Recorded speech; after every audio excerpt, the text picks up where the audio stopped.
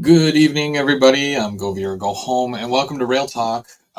We've been working on an ITLA kit for the past several weeks. This is going to be episode number 5 of the ITLA group build or group kit build that we've been doing. And the kit that we have been working on collectively, HO scale, is the York Industries kit. Very nice. We all have a different version of this kit that we are working on. All the same kit, just they all look different.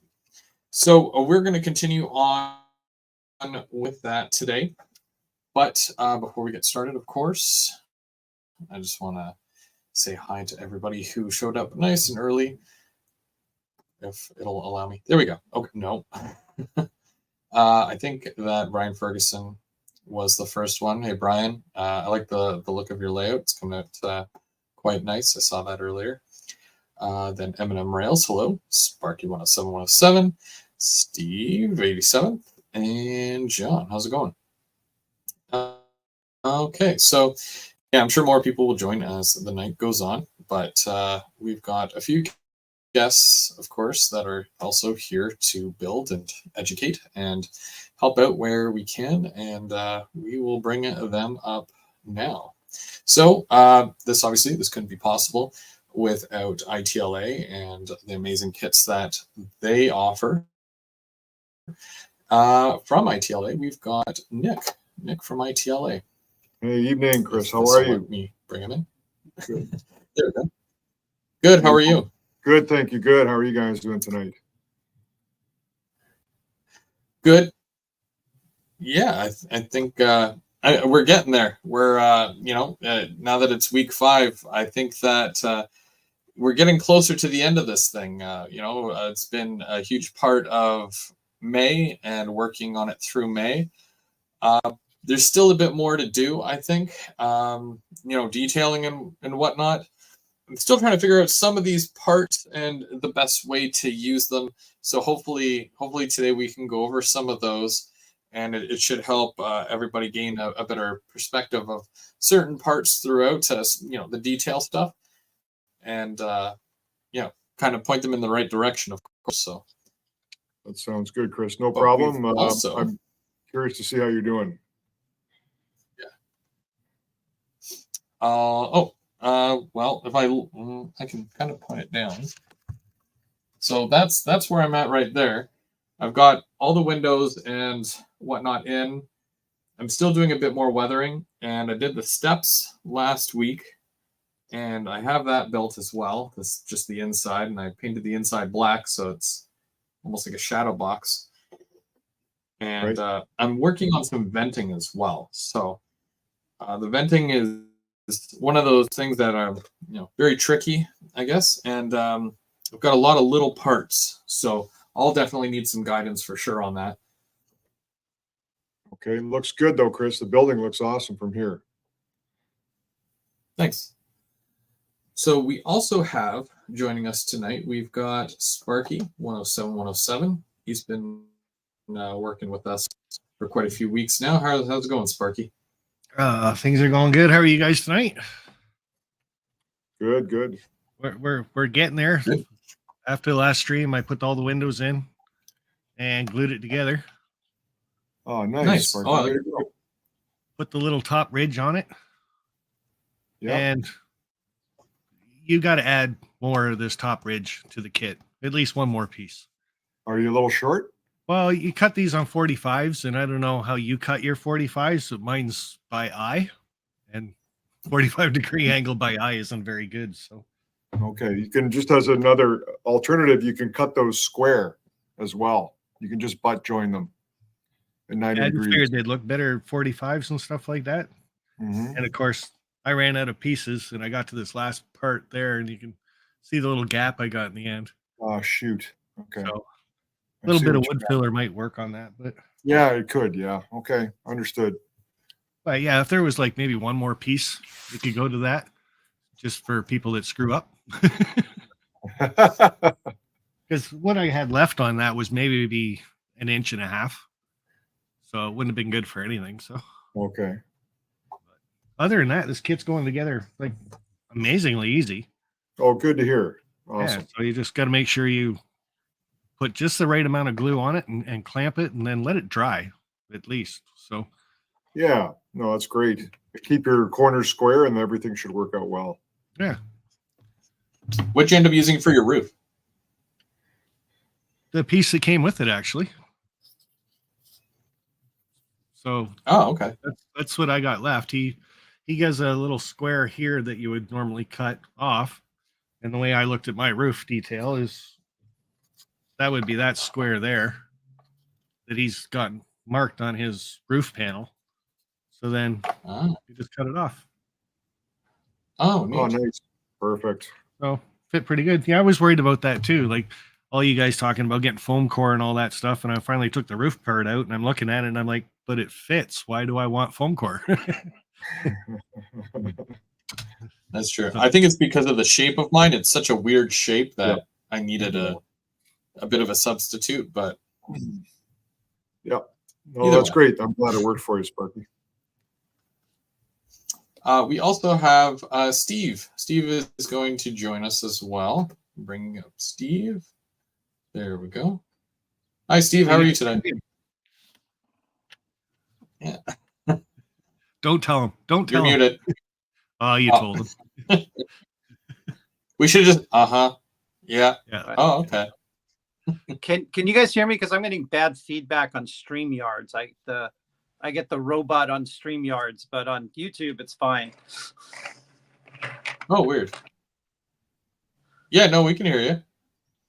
Okay. I'll just have to kind of figure out how you guys are saying things. So I did go back and do a little bit more work while I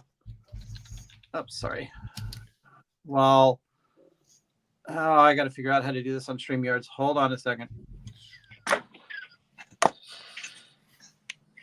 There's a way to change my camera, and that's what I need to do. So for right now, we're getting into palm reading. Yep, I know.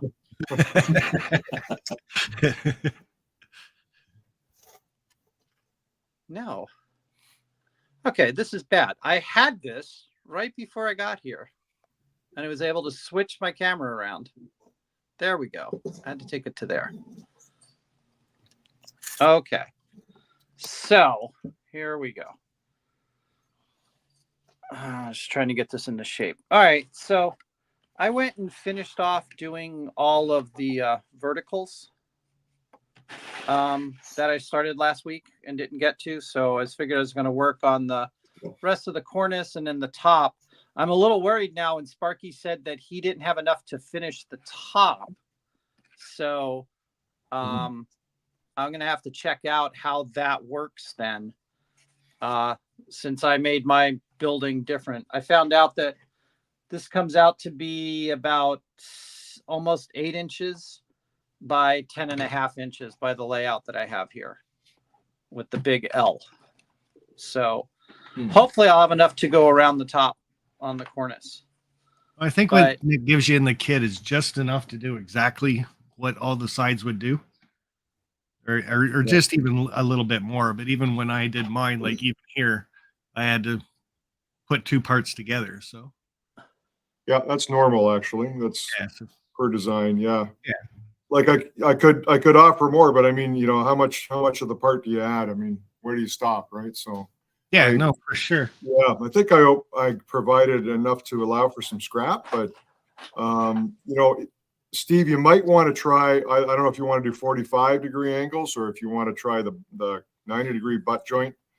That might save you a little bit of material, just as a thought. Yeah, that's what I was thinking, because I almost barely had enough for the cornice all the way around. Okay. Yep. I was pretty desperate on the cornice there. But you made it okay? Yep. Yeah, I think I had like 1.5 inches to spare. Yeah, that's what I had. Okay. Yep. I had enough. I don't know. I don't know what you guys are talking about. I mean, it could be based off of Thanks, all Chris. the corners that you guys have. Like, I don't know, because like when I look at this, right, like I had like, you know, and I used all of them. I did four layers 4 to that. layers. Nicely done. All right. So it was, you know, the entire length of. I Yeah, you're guess, all the talking the side pieces. pieces, Chris. The parts we're talking about are the roof top part. Well, I think Gives you Steve was two- talking about cornice too. yeah, even yeah. that. A little bit of everything. So the only thing I can say to that, 'Cause there is enough they're to all do the the same kit length, by right? the measurements, but you have to lay it out first before you do any of your cuts and try to mark them out so you have Yeah, Mhm. make sure you're cuts where you want them. right. Makes sense. So now with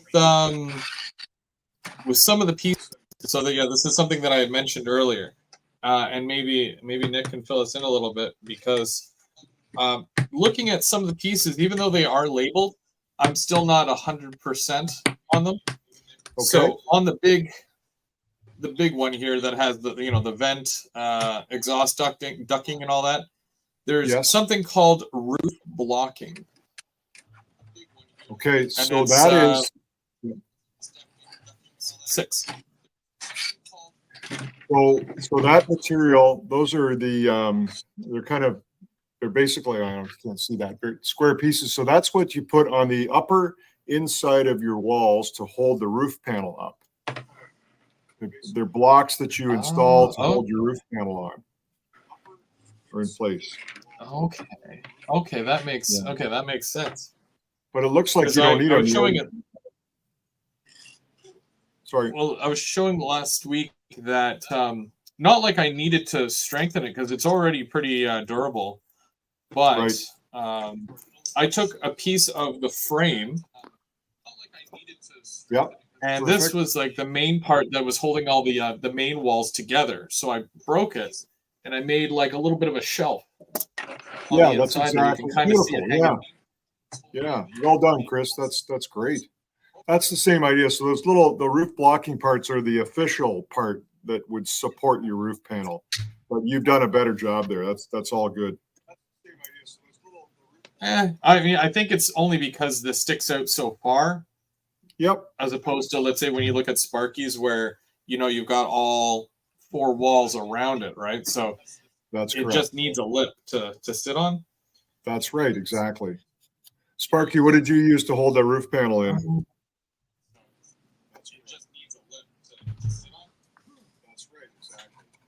Maybe you didn't hear me. Sparky. Yeah, no, heard you. And it's the wall panel pieces like Chris did.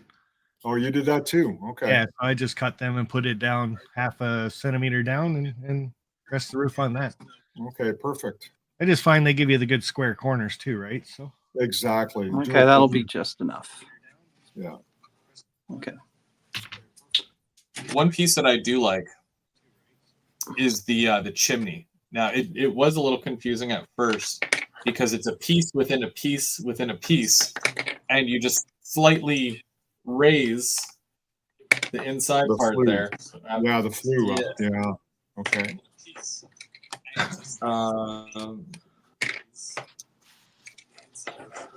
So one thing that I know for sure that I'm stuck on. Yeah, I was a little confused on that I wanna too, do on how some the chimney was actually supposed to be finished. I'm probably not going to use it, but You've got the 4 wall sections that piece together, Yes. and then there's a thicker piece on the top. Hopefully I did it right. No, you did. You did it right. I can see it from here. Looks good. Yeah, It's like a box got section, through it, right? but So the engraved brick panels are the form a box section, and then you put your concrete cap on top, push your flue up from below, and voila, there's your chimney. there's a flue. Yeah, the flue. Sorry. Okay, so there's a few other sections here. Most of them are either round or square, and they have a hole.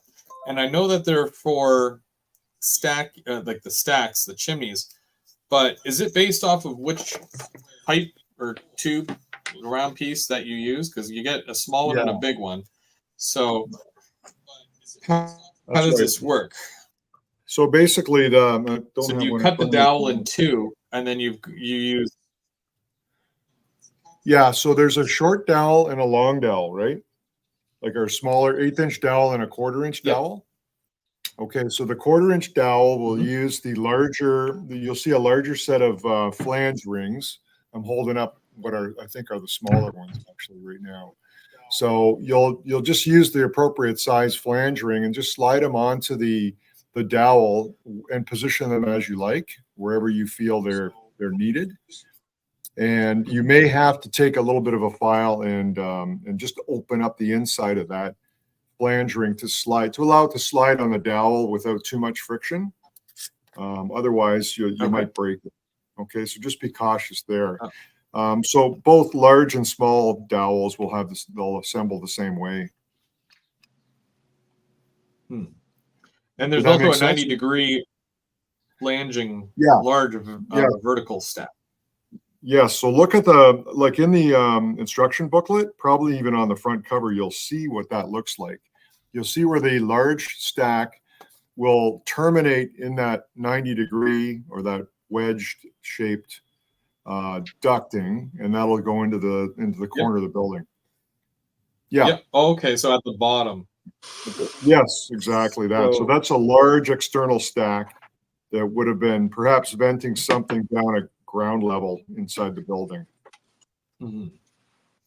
Okay, because there's the vertical stack 90-degree entry, which is 3 pieces. So I'm assuming you sandwich the 3 of them together, and then you put the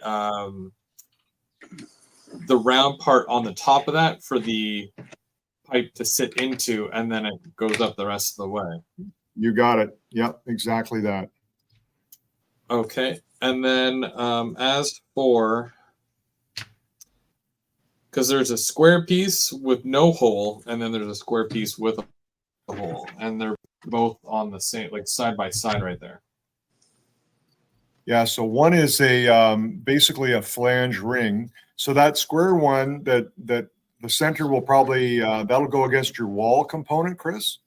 And then this, I wonder if I can, hang on, let me grab a sample building if I can find one here.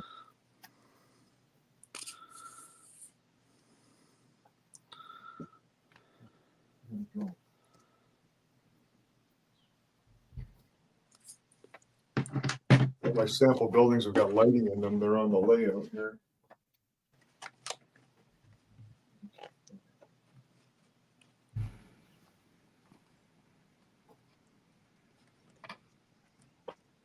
I'm going to try to show you an example, Chris, but everything's wired in. I can't pull it off the shelf right now. You just got to pull harder, Nick. Yeah. Pull my wire harder. I got another building around. I just got to find it. Hang on.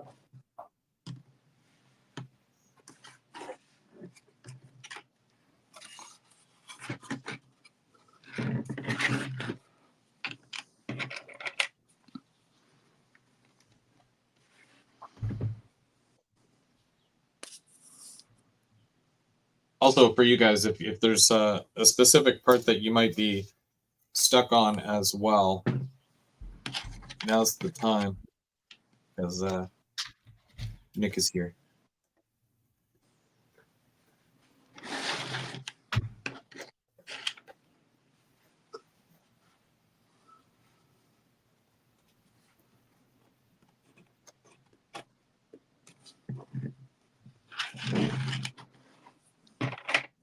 There's another piece somewhere that I was really confused about, and I think I put it away.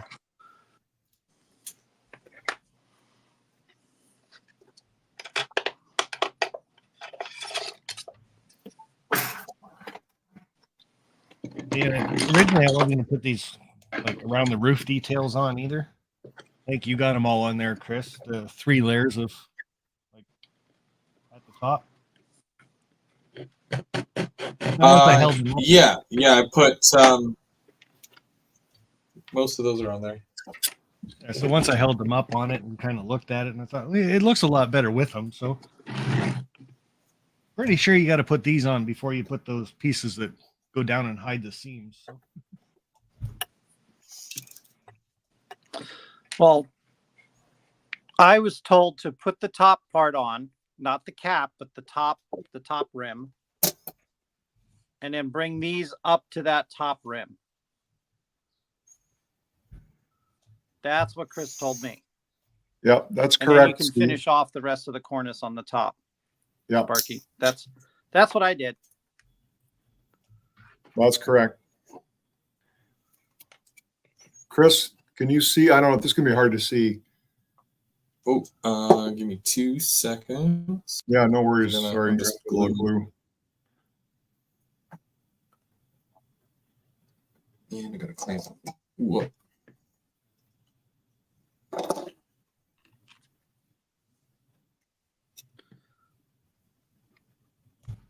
Okay, yeah, go ahead. Here, let Okay, me so make it bigger here. All right, no worries. So the part that you're referring to Okay. is this guy right here, this 90-degree entry into the building, right? Yeah.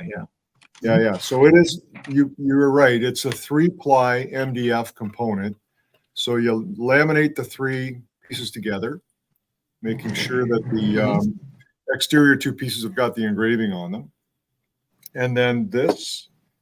Oh, that's how that goes. Yeah, that's how that You goes. use you use these 2 squares that say wall ventilation and then go up. Okay. Okay. The ones underneath the entry door. No, steps. vertical stack. Yeah. No, the vertical wall vent, it might be something else. Oh, the angled one. Okay. Yeah. So this component here, Chris, that you're looking, here's all the flange components for the larger dowel, right? Yeah. And then up here, you see that? That's basically a flat flange plate that this 90-degree will enter through onto the wall. So put that between your wall panel and this 90-degree connection as a flange or as a landing point for it. Oh. Oh, okay. Okay, and then there's another round flange. Yeah, see this round flange here. Yes. So that goes up the top of that triangular piece. So see, it's going to be so hard to see it here, but it's right here. That's where you land your dowel right onto this component. That's just right against the wall. Yeah, exactly. That's where you land your dowel right onto this component. Does that help a little bit? Now there's yes, yeah, that helps a lot actually. Okay. Now, well, Steve mentioned there's a vertical wall vent, and there's 2 pieces, and it's just below the entry door steps. Okay, so see here on the model, they're intended to be shaped by the modeler and then just used on the wall as if it were a piece of venting. You see if I hold it on an angle, can you see how it's 45 the top? Yeah. And glued it to the building side, so it's to represent a steel duct or something like that. Right. Okay. Okay. Huh. Okay.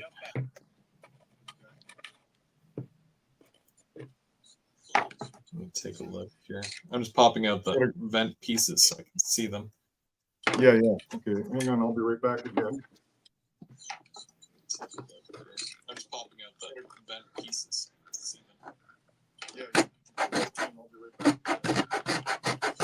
Unfortunately, a lot of mine tonight's going to be waiting for glue to dry. So that happens. Unfortunately, a lot of mine tonight's going to be waiting for glue to dry. But hey, learning lots already. Needed to get better glue, really, Sparky. No, the weld bond works really good. It only usually takes about 5-10 minutes. So. needed to get better glue, Sparky. Well, the weld bond works really good. It only usually takes about 5-10 minutes. So saying hi to Around the Layout podcast popping in. Willow Creek Industrial Spurs. Said hi to Brian Ferguson already. We got John Garvin, Todd Armstrong, Trackside Action, and Canadian Locomotive Logistics. All popping in saying hi. We also got Awesome Possum. Lots of people in the chat tonight. So a question for some of the people out in the chat watching us do this kit build from ITLA. Is anybody else out there going to grab some of these kits or check out his website anyway? He's got many more kits available. This is one of the smaller ones, I would think, but Yeah.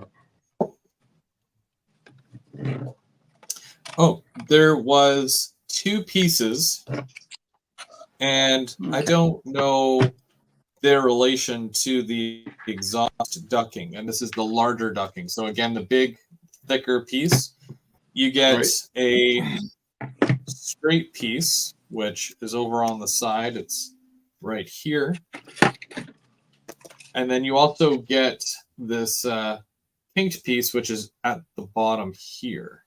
The 45. So the intent of those parts is to use them as a wall vent, and you can see in the photographs, and you'll see here in the model that I'm holding up. You see this vertical stack here, this vertical piece of ducting, Chris? It's hard for me to point. That's those 2 components glued to the side wall of the building. And then the bracketry is on the thin sheet, the 1/16 sheet. You just kind of you put those where you need them, basically. So that's an opportunity. You could cut and shape that duct differently if you wanted it, or So use them it's as 2 separate pieces.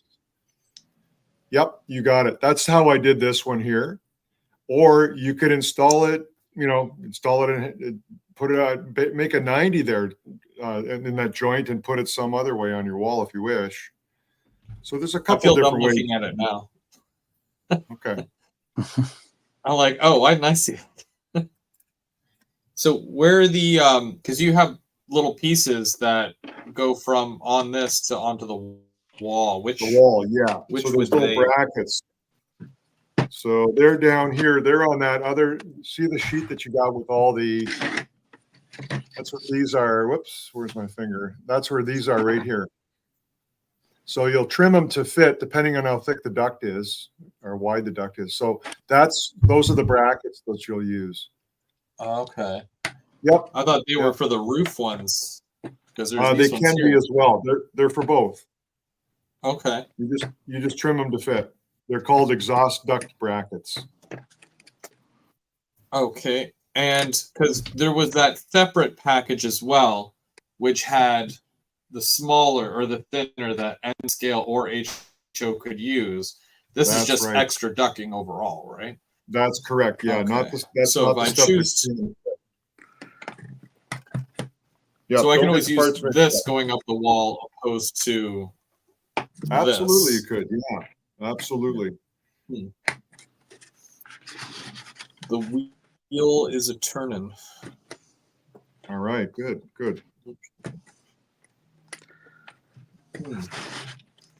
these little clamps come in really handy, that's for sure. Oh yeah. Although you can never get enough of those, Sparky. I love those.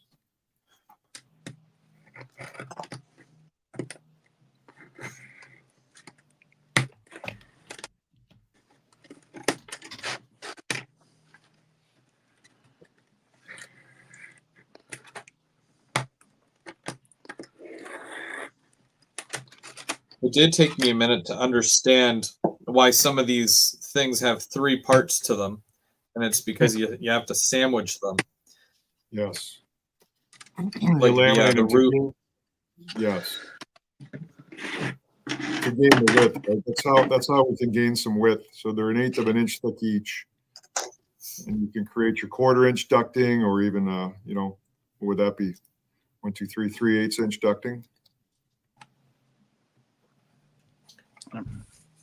And as well with the roof vent, you've got the little pieces to decorate the edging, so it doesn't look like three pieces together. So you've got the little fans for the top of that, Right. and then there's a side panel for the two. Yeah, That's exactly. cool. So, question. Is it better to put the cap on where it's flush with the back of this area and then put the rest of the, no, that seems like it's going to be thicker. So Steve, that's to allow for you to build that cornice up a few layers Yep. or two, maybe a couple layers. So you should work on your cornice first, your horizontal Okay. strip on the, and build that up first. Then the final thing you do is cap. Okay. Okay, and then are you close? Is that a kind of an open backed building, Steve? Yep. Okay, so you won't have a problem with the roof because I've gotten to that. And Sparky, I don't know if you noticed this yet or not, but if you go and add the capping, the capping to the walls before you drop your roof panel in, you'll notice that you can't get your roof panel in. So Yeah, I made sure the roof went in first. So there you go. Yeah, good stuff. Here's another question for you because I've got a million. That's okay. So I guess this came with the smaller vents, but we've got these little squares with a stand, and then we've got little triangles with a stand. If I Yes. can guess, because the smaller venting, when you put two together, when you sandwich them, it makes the Yes. same square. Because That's correct. shapes and stuff. Yep, quarter But, inch. Yep. What's with the triangle one? Okay, so let me show you by way of example. So you have in your hand what's called our HVAC ducting kit. That's a separate detail kit that's not part of the York Industries main structure you're building. So the angular components you're looking at, Chris, are these brackets so that you can create an angular standoff, a building wall to hold the ducting up. Can you see that? Okay. So Yeah. the way I've designed them is that the standard bracket will have that base on it, like a stand at 90 degrees. I think Yep. you can see a picture of that in the instructions. And then this 45 will fit into that base plate, if you will, and give you a angular stand off the wall if you wished it for a horizontal run like I've got in my hand. Does that make some sense? Yes. Awesome. Yeah. Okay. Okay. Yeah. When I look at the instructions, it definitely helps.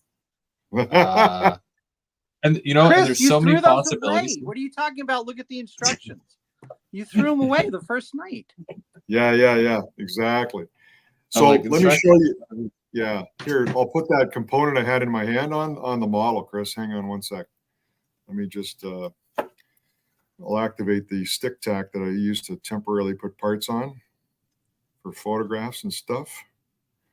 Hang on one second. I'll show you the ducting applied to the York kit so you can kind of see how I envision these, all the bracketry. And I know it looks a bit complex, but that's the look that I wanted to get. I wanted that kind of that neat, complex ducting application that, you don't normally get in a kit or see in a kit. I like it. And I'm not an HVAC guy, so let's pretend for a second that I'm not an HVAC guy. Is there a wrong way to do this? Okay. No, I'm not an HVAC guy I- either. So I'm sure, you know what? I'm sure you'll get, we'll get criticized for doing things wrong, but I don't care. I just like the look of all the ducting on the building. So have a look at that. So realistic. Yeah. So That looks that's what the intention was. So yeah, it's how- routing. Okay. A Yeah. straight corner somewhere. So the theory is it's routing, exhaust or fresh air or something from one part of the building to the other. And I know it's not maybe HVAC guy would probably go crazy because that makes no sense. I don't know, but it looks cool in my opinion. You usually won. So that's correct. So hey, Hmm. so just use your imagination, right? That's why we're here doing what we're doing. That's true. I won't tell you guys well- now I am a licensed HVAC guy. Uh-oh. Are you? Yeah, Okay, hold your thought then. I am.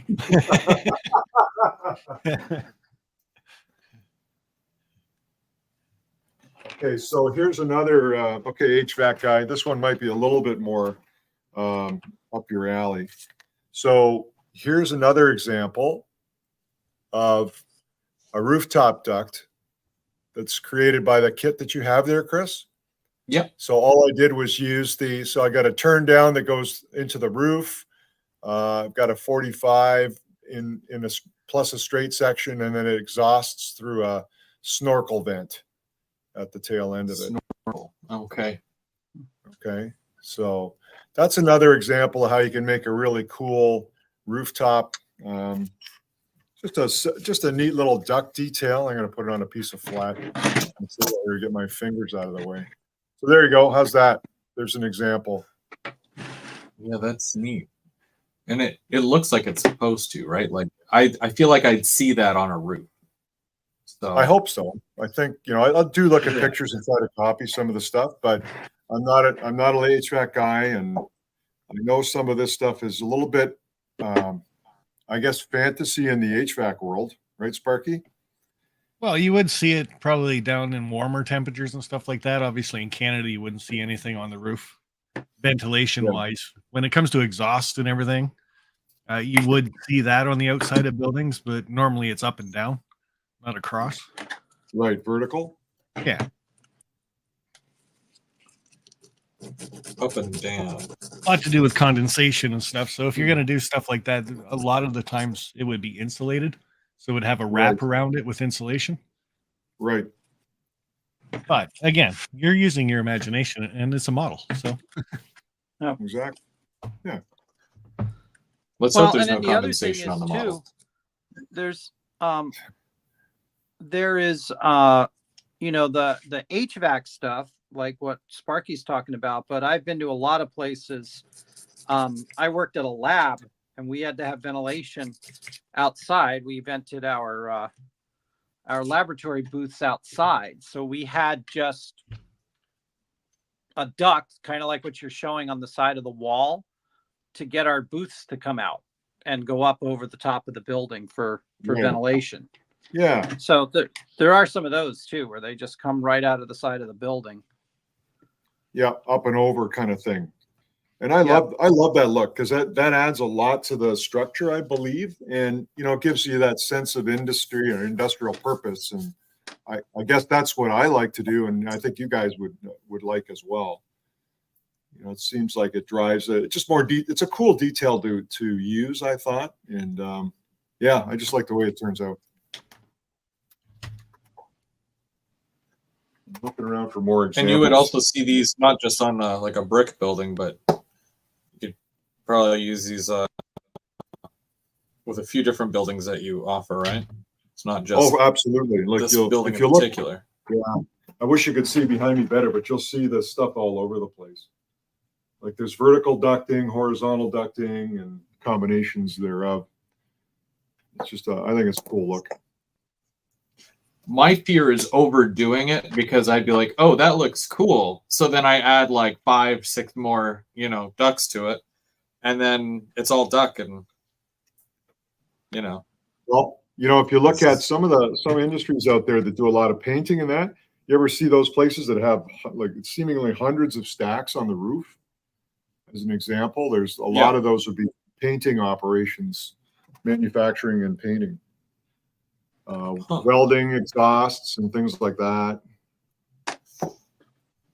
Sparky, what do you install when you're installing HVAC? What's the purpose? Is it just primarily air conditioning, or are you doing exhaust work? yeah, normally it's the airflow, heating and air conditioning. Okay. I thought you were electrical. I've got 3 tickets actually. Oh, I kept the electrical one because it pays more. Hence the Sparky. Yep. Yeah, when I first started in the industry, it was plumbing, heating, and electrical. So I ended up doing more plumbing and HVAC than I ever did electrical work. Oh, okay. Where's my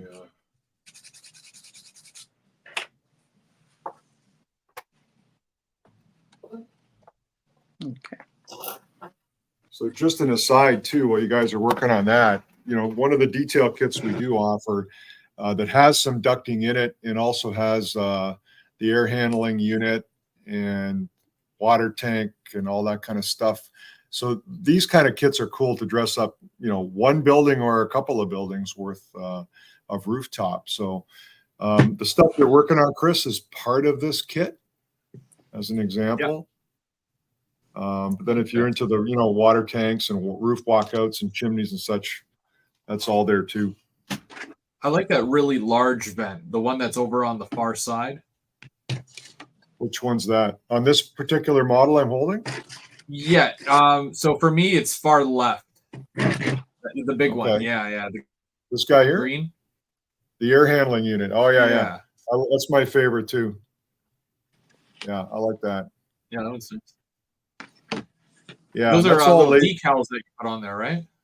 Yeah. So they're just little paper decals that we just glue on. And it really adds to the kit, I think. Just a little bit of label, signage, etc. It makes it a lot different. I think it's pretty cool. So that's all laser cut with an MDF core. Now around here, you'd see a lot of those on roofs. Yeah, you bet.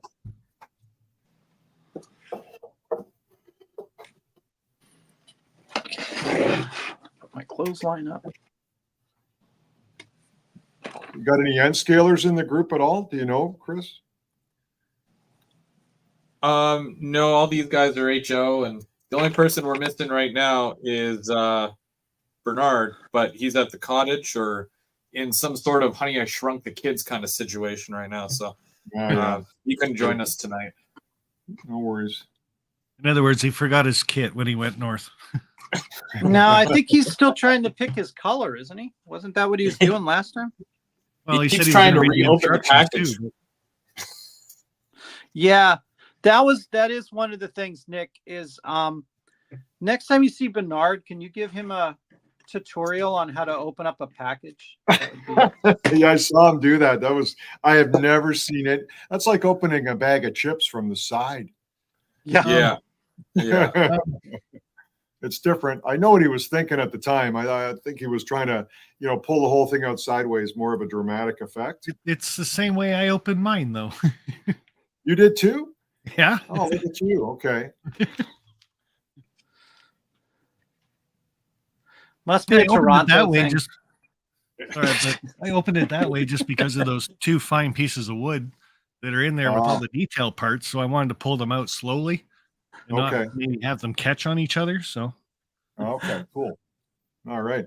I see Bruce does some end scale. So Bruce, for you, just to note, here's the same type of rooftop detail kit, but this is end scale. And it's going to be hard to see, but same type of idea with some ducting. This one I designed with some standoffs that were a little taller. I saw that somewhere on a building top, and I thought that was kind of cool. So, but they could be trimmed down and put flat on the surface if you wanted. But there's a little air handling unit at end scale. Those two cyclone vents, pointing the wrong way, those are from Bernard. Those are 3D printed parts that Bernard does for me. And as is the top of the water tank as well. It's one of those, which technology do you use to create the parts? And sometimes, you can do it in laser cut material, but it may not look as good as a true casting or resin part. So you got to make your choices as you're putting these things together, or you're preparing. Yeah, Bernard. I think Bernard wanted to know last week, Nick, is if in future kits, are you going to provide 5.5 sheets of sandpaper because I think that's what he went through. So he's trying to look for some compensation back. Is he really? Okay. Well, he was also using 120 grit on his model too. So, Holy crap! Really? Okay. and going in circles. Oh, okay. That's like rubbing the chalkboard or scratching the chalkboard. Okay. So he needs a tutorial. Well, he needs to go back and watch the first one. Yes. Okay. Those are all key points. That's some day one stuff right there. Like, Yeah. I'm pretty sure he was part of that whole live. I thought he stream was too, there. but I thought I was the only one who wasn't there for day one. yeah, I'm pretty sure he was. Nope. Yeah. Was he? He might have I don't been. remember. It's been so long now. Might have It was like a Yeah. month ago. Oh no. Yeah. No, that's the one I did the presentation on. I don't think he was there for. But when you guys were starting the kit build, I think he might have been there. Don't recall.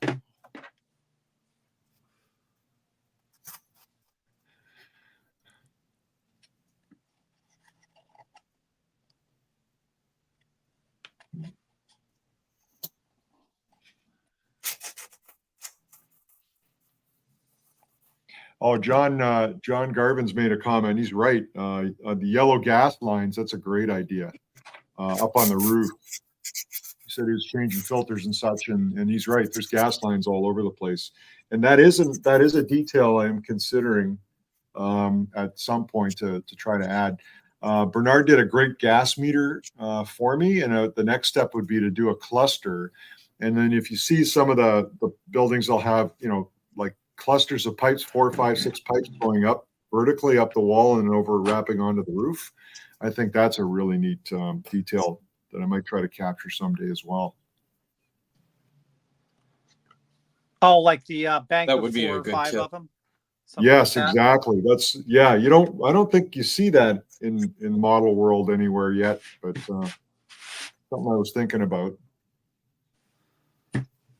Yeah, because then you could put outside tanks on it and things like that too. And Exactly. Yeah, for sure.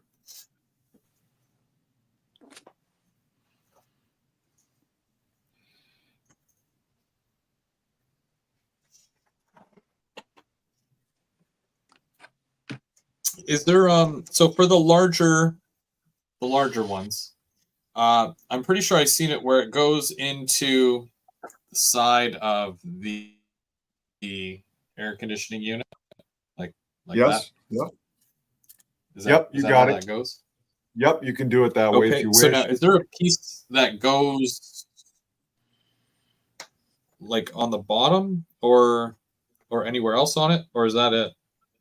Are you the parts you have in your hand? Are they from the York kit or are they from the extra detail kit?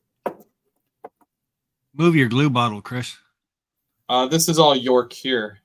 Okay, so it's from the, Oh, the sorry. York kit. Yeah, I can't see So- her. Yeah, So that'll just butt in. There's got no like so much going on here. yeah. You got you're Like- blending the kits together. Yes, yeah. So the one Is- from the York kit, it won't have as many fancy parts as the upgraded detail kit that you have on the top. I guess it's your top left, mid left of your cutting surface there. The HVAC kit, the separate HVAC kit, Chris, point to that for a sec. Where is it? There it is. Yeah, okay. So that's going to have a different set of components than the standard York building came with. So Yeah, so you yeah, won't this have. is- Yeah, you're not going to have as many those fancy laser cut parts. It's just going to be a butt joint to the air handling unit. So speaking of the HVAC stuff, Nick, like these pieces here, you put 3 and 3 together. Yes, How come you've only got one piece of this? because that was just a vertical wall side vent. At the time, that's how it was envisioned. So just like I showed here, Sparky on the side wall. Yeah. One layer thick. It was a thin duct like that. That's how it was envisioned at the time. Okay, so if you're going to use that, you're going to use the other ones as a single too then. Okay. Yeah, well, some of them anyway, yes.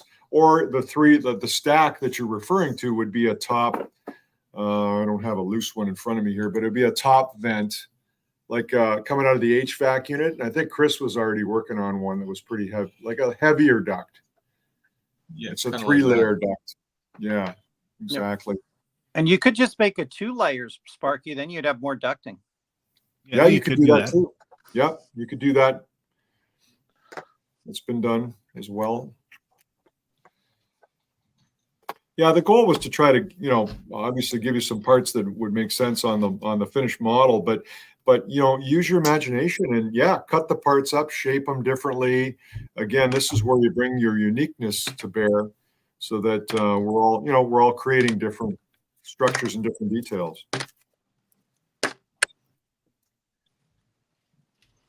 Steve cornered the market on clothespins there. Wow. I tell you, these craft clothespins, the nice thing is, so I've got these clamps that I've gotten from Harbor Freight. Yes. And yeah. sometimes they're really tight. Yes. And taking them on this, it makes it a lot harder to do some of the weird corners and things like that, because their clamping pressure is so much higher. But these little craft ones, they're small enough, and you can just get them into different places that those can't go into. Yeah, that's great. And the Harbor Freight ones can also slip a bit too, right? They don't have rubber foot on them or anything like that.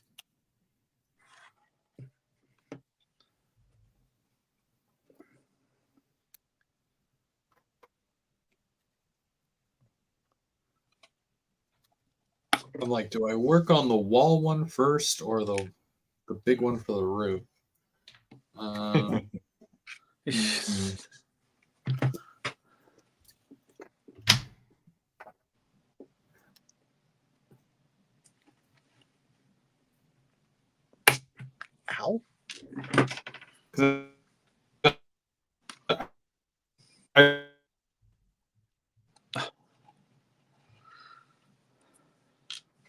I don't know what you just said there, Chris. For the most part, anyways, trying to make it make sense. Yeah, lost you there.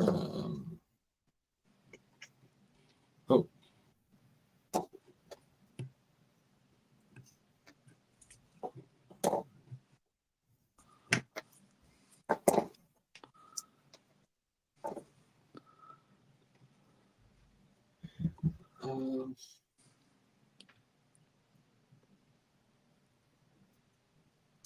Okay.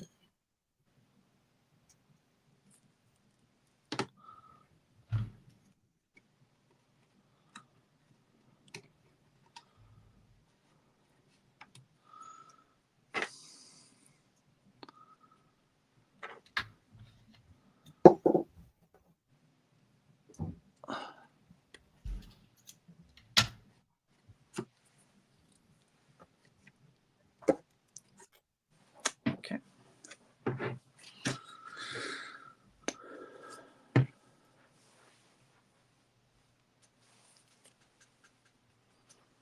Yeah, Sparky, there's a lot of glue drying tonight, it looks like.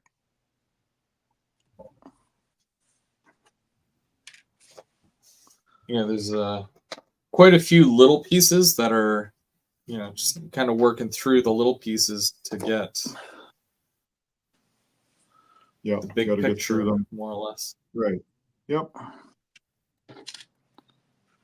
And the goal was to provide a decent amount of detail parts too, to give you options and hopefully give you some value in the kit.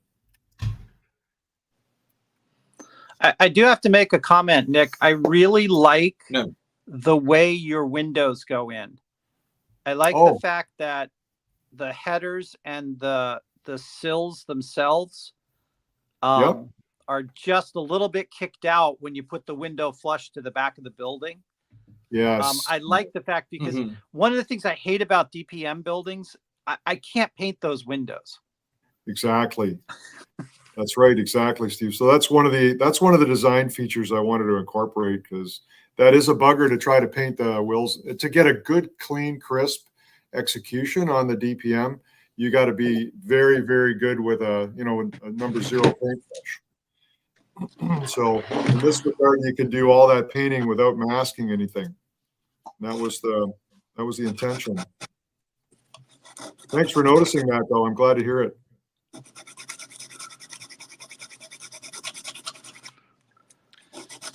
How much planning goes into just one kit?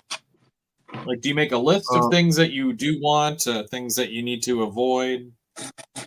Yes, good question, Chris. So and I'll be honest, some of the kits they tend to build on top of each other. So you learn from one and you try to do better on the next, or you carry those designs forward. So the windows that Steve was just talking about, that whole design concept is carried forward across almost all of the products. Because that feature, that no mask painting feature, is something that I want across the product line, and I want to make sure that you guys as modelers can execute as a really nice clean look in the end of it all. And to me that is value in itself, right? In that case. But consider some of the stuff. I do a lot of research in terms of I'll drive through some cities and towns, and I'll go into some of the sketchy areas and take photographs and make maybe some basic measurements, depending on whether it's safe to get out of the vehicle or not, and pace off length of building and whatnot. And if it's if it's got a cool appeal, I'll basically work that into the design, window styles, window counts, things like that. And then you got to kind of consider the appeal, right? What sort of clientele, or will the whole demographic really, would they like to see a model like that? And how big is it? Does it fit the packaging? There's probably a good couple of months worth of head scratching and test building that get into kit development. Then you get into things like instructions and photography and box art, and so it can take up to 6 months to even a couple of years to put out a decent kit. And then you got your own stuff, your real life stuff to deal with too, like cutting grass and whatever family stuff you have as well. So it's not necessarily as quick as I hope it would be, but you just got to soldier through it and take your time.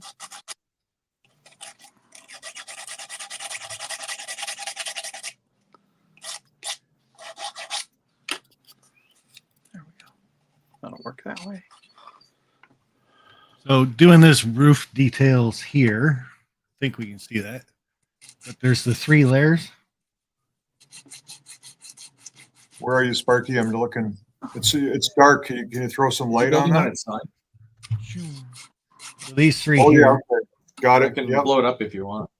Got any tips and tricks on how to do that? Because what I'm thinking is I should have done the whole bottom all the way around first. And then the next layer up, I've done all 3 layers, and now I'm getting to this. And I've got to try to layer that to get it. Where are you? You can't see it. You can't see that corner, Sparky. Hold it. There we go. So you're doing the inside corner, Sparky, or Way what? back here. Yeah. Okay. You'll have to shingle them. I would just butt join those, to be honest. Just trim them to fit at 90 degrees. Yeah, but I think I should have went around and did all the base first. Yeah, that would have been the next level. And correct. That would have been the best way to do it. But now you just got to do a little bit of cutting and fitting. So I would take a base, the thicker layer 1 cornice, and you'll have to kind of trim it and notch it a little bit to fit at 90 degrees to the rest of those 3 layers, like a step. It's going to be a little challenging. Yeah, when I put my 90 in here, I just kept the same 2 sides. Because I think it's so dark in there that you're not really going to tell that one's smaller than the other. That's right. This one is butted up against the wall, and then this one is actually butted up against to this. And yes. So I've got the smaller one in the less likely to see it. Yep, that's right. Good stuff, Steve. And then worst case, throw a drain pipe if you really have to on that joint or something just to disguise it if it's not what you like. Yep. I noticed a lot of the parts have, and this is a really good example here because you might be able to see this one the best. Yeah, that This is one thing that I the have wall to panel. that I realize I have to put on here is I have to put some drain pipes in here or scuppers or something like that. Yeah. Chris, what are you showing there? There's like this is the part that goes behind that vent, the wall vent. But Yes, it is. there's little, you can see that there's rivets. How well do those show through after you paint? They show well, actually. So again, you know, don't flood it. Just try a dry brush technique with those parts, and you'll note that the engraved surface will show through. Like I've even spray painted these parts, and the engraved stuff still shows through. So just don't flood it too much.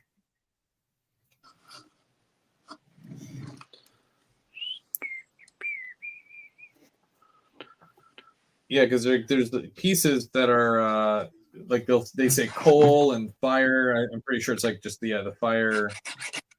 Yeah, whatchamacallit. that's your But hose it's like, do you hookup. actually see that still? Yeah. So I was worried that like when you paint it, that you won't see that anymore. But you're saying that you will. Well, here's an example. So here's the, oh boy, I'll try to show you this. See the fire? Oh, yeah. So that's just dry brushed with red on top and white on the bottom. Huh. And again, it's, you know, if you went in there with a big glob of paint, you'd lose the detail. But in this case, you just dry brush across the top.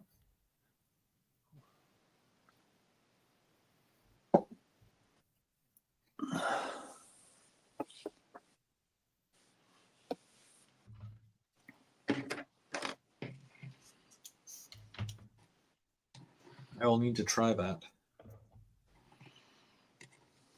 Yeah, give it a try, and it's, you'll find that a lot of the detail is going to continue to show through.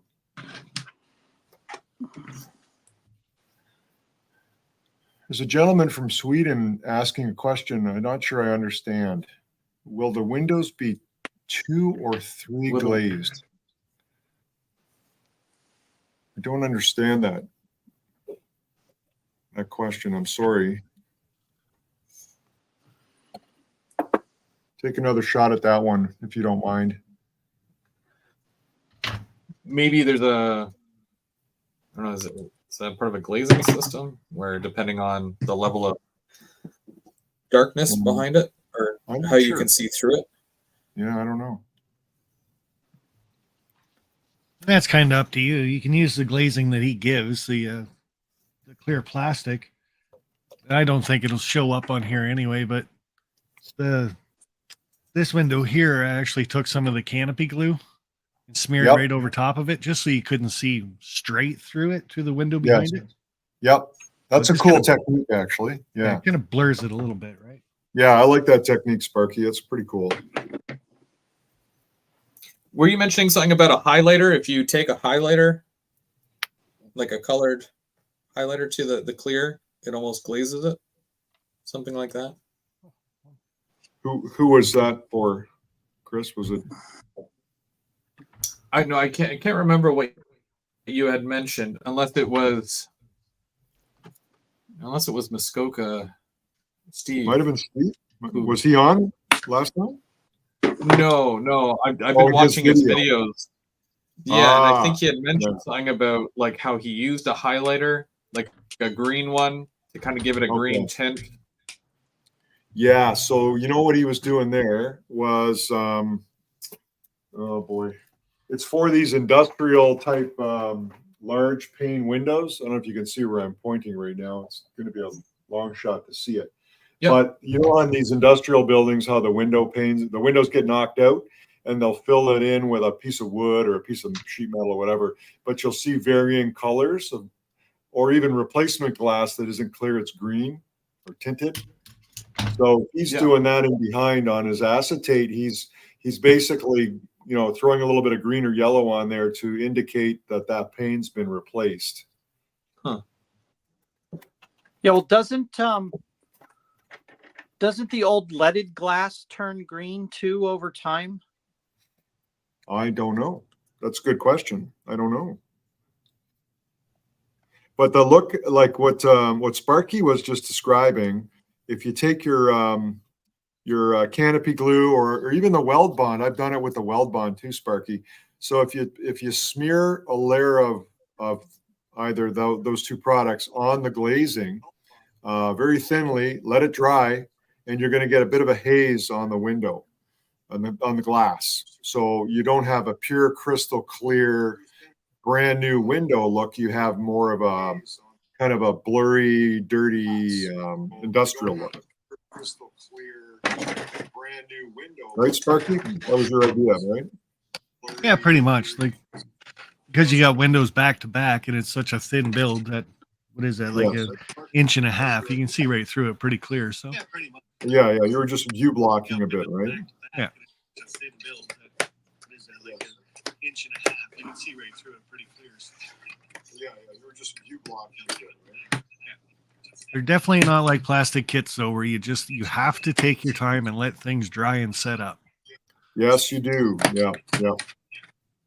Got to be a bit patient. You have to take your time and let things dry. But the other, this type of a wood kit is a lot different than the traditional wood kits you'll see from some of the competitors.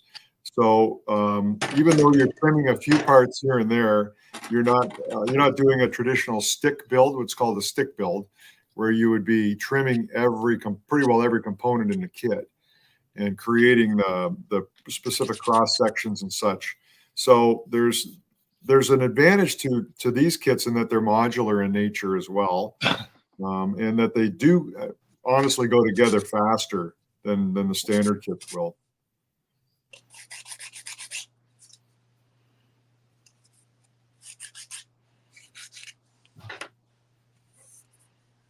Hey, thanks for joining.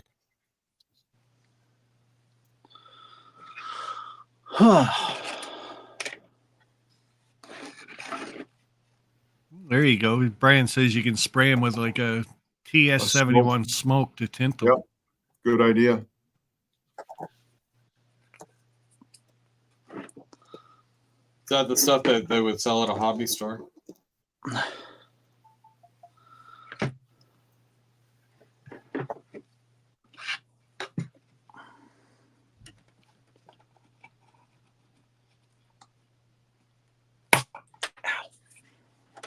Uh-oh. Who's injuring themselves? There we go. And speaking of those other kits, like I got a friend, Ron Piskel, and he does a lot for his Facebook page, but he'll do a wood kit and it takes him over 6 months to actually do it start to finish with all the trimming he's got to do, all the parts, the painting, gluing, Wow. sitting there waiting for it. When he's done, it looks spectacular. Like it's probably a $500 kit by the time he's done. Right. But like I said, it's at least 6 months when he's doing the kit. Wow. Like he does the Timonium train show, and I think it's his brother that owns the company that has the kits, and he does really? 2 a year. Oh, wow. How long did it take Ron to do that station of yours? 2 weeks. That's not That's a bad. big kit. Yeah, that's not bad. He's pretty much a master when it comes to the wood kits. So.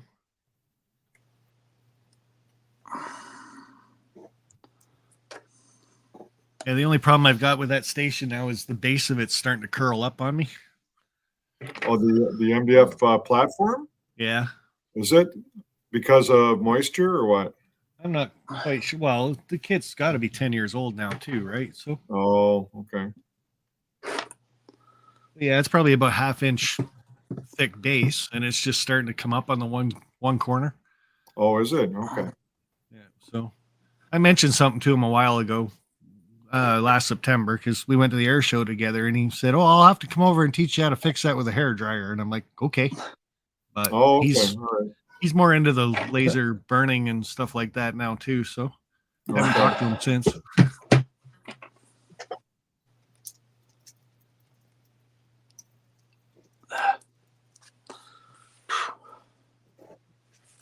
But yeah, that kit's definitely my pride and joy. And as soon as you come out with that BX station, that's going to be my second one. So Yeah, okay. BX Tower, yeah.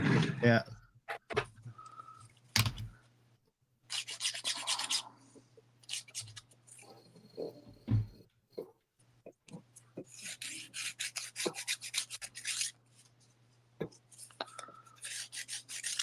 Did you go to St. Thomas, Sparky, or the St. Thomas show? Yeah, I did. I spent about an hour there. Good. What'd you think of it? Well, for the first show, it had a good turnout. But I think they're going to have to find a better way to set it up. Yeah. So it was their first show, right? So Yeah, for sure.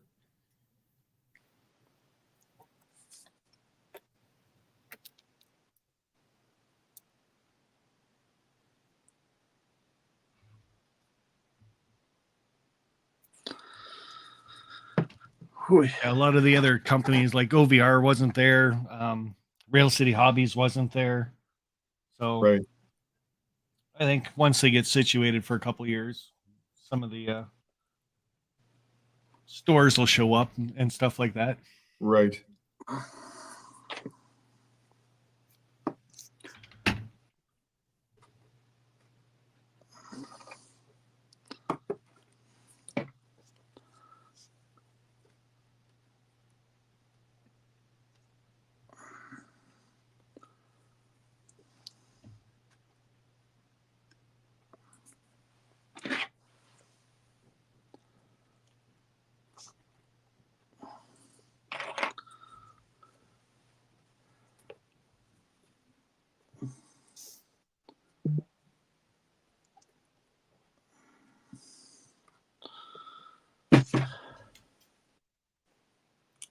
And these entry door guards, it's exactly how it sounds, right? They go on either side of every door.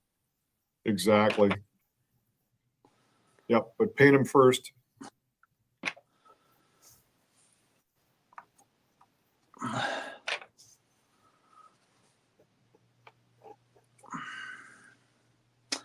don't think I'm going to go all 4. I think I'm going to go 3. That's pretty thick Yeah, for an no, industrial whatever, building. yeah, whatever you want, Steve. That's right. It's your choice. Depends on how ornate you want the building to look too, or how fancy. Not all of them would have been that fancy. With multiple layers of cornice.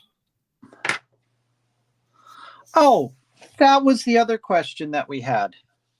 What's that? Where was it? The fancy cornice. How is that actually supposed to go over? Or what's the intent of that one? Which part are you referring to? Yep, getting it. Here we go. Okay. This one. Oh, okay. That.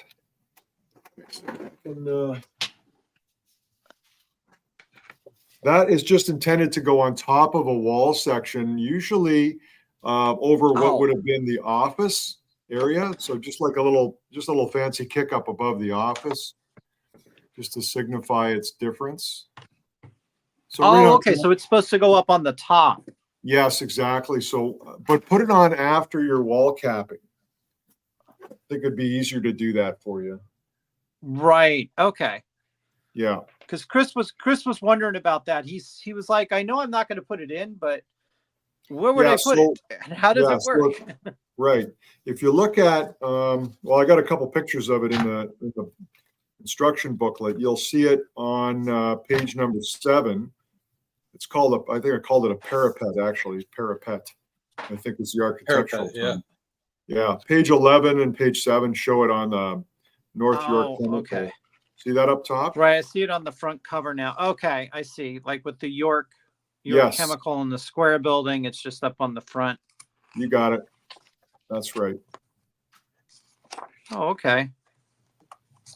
So there, yeah, the parapet is more visual there. That's correct. Okay.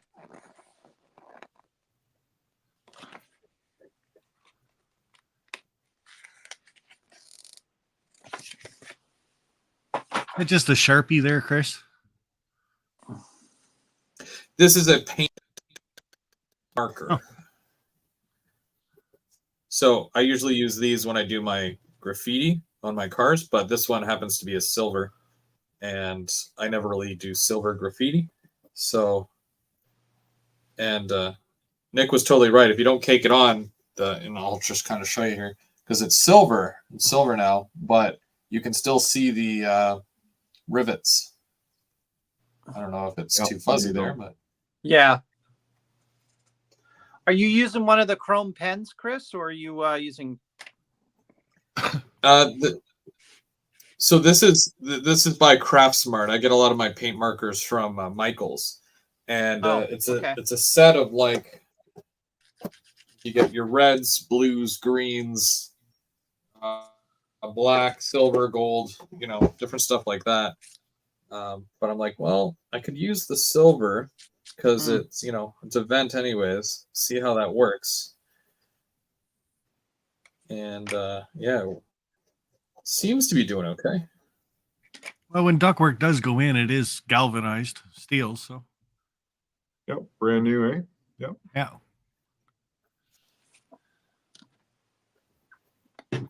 Yeah, then just do the weathering over top of it.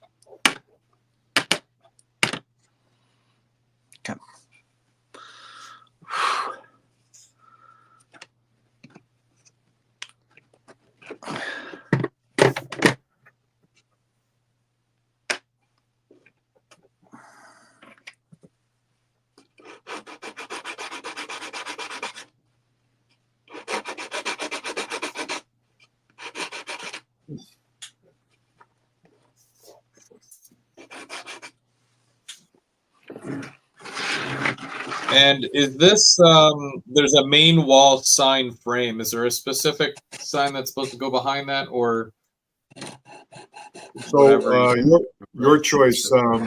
Yeah, any of the ones off the sign sheet, any of the three, like North York or York, any of those signs will fit behind it. So it's just meant to go on a section of wall above. Again, would be like the office area or something like that, wherever you think it looks appropriate. And would you recommend to put yeah, because the picture goes on, and you put the little frame over top of it, right? And then Yes, exactly right. Yep.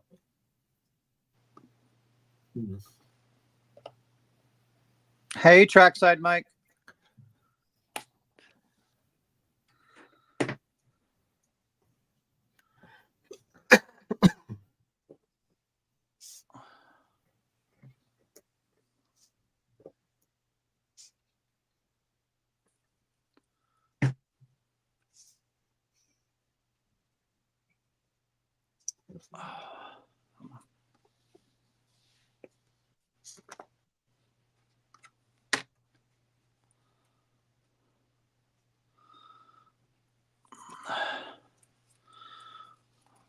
So Mike said he was just out clubbing and he just got home. So.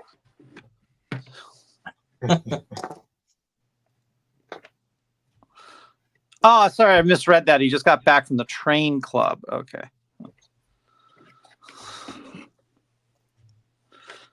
yeah, I was actually at the Arm Prior show all day today, and I was running trains, and it was fun, and I am like exhausted from walking all day around and around in a giant square chasing my train.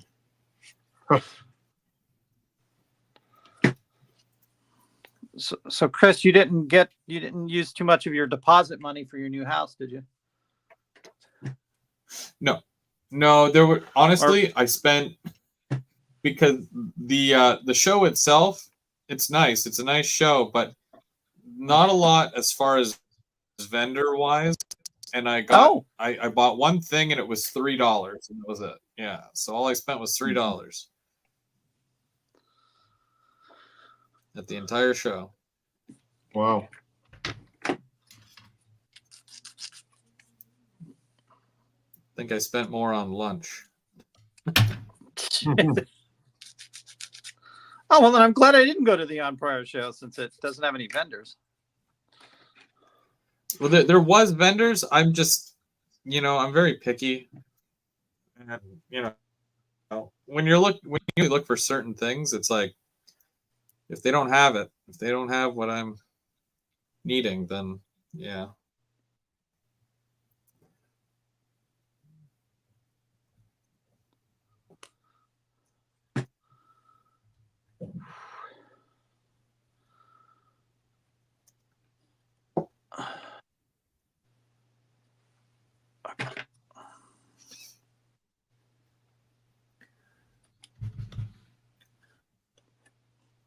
I'll tell you, it's no Springfield, that's for sure. Once you go to that show, nothing else is going to compare. So, Yeah. Right? Yeah, basically. the only show that's going to be a runner up to that, if not overtake it, it's going to be the Colorado show. So, Rocky Mountain Train Show. Colorado. I thought the Texas one was supposed to be pretty good too. That was an NMRA meet, though. No, I thought the Plano, Texas one was supposed to be pretty big.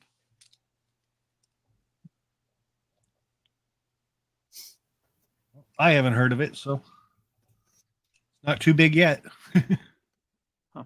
Oh, James is in too now. James showed up. Hey, James.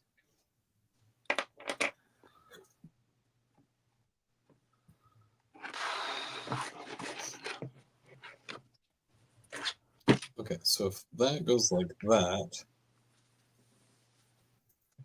then that would go over that, and that would go into that, Sounds right, Chris. probably. Whatever you're saying.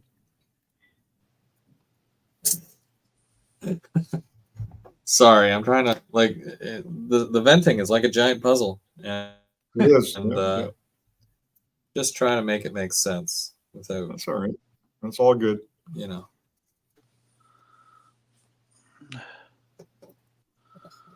Oh, James was testing trains. So that means he was running at least 2 engines at the same time, right? Because he has to, right? That's a rule, I think. Yeah, I think that's a rule at his house that he has everything's in 2s, right? So. Well, not to throw James under the bus or anything, but if you guys were watching the live stream that we did last night, and he put that Conrail DPU in his TH&B train, and it was running around the layout pretty good until it got to the helix, and the first loop, it just died. It wouldn't go anywhere. Oh. So I picked up the car between, like the car right in front of the Conrail locomotive, uncoupled it, and the Conrail locomotive took off backwards as fast as it could go. It had it on backwards. No. You need dampers in that helix. How come you guys didn't put that up on the YouTube? It was on YouTube. We live streamed it last night.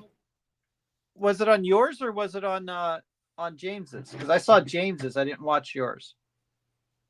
Yeah, it was on mine. It's almost a 2-hour live stream. Oh yeah. Okay, so it was on the live stream. All right. So his TH&B locomotives, they were good. They were pulling it as it was trying to go the other direction. But once it got to that helix at 2% grade, not a chance.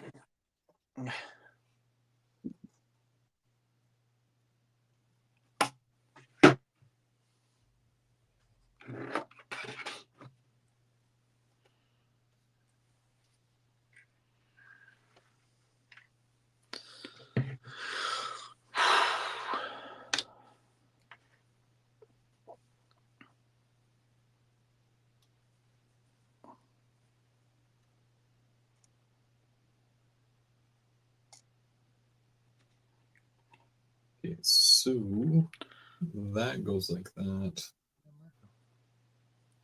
And then there's one of these. And then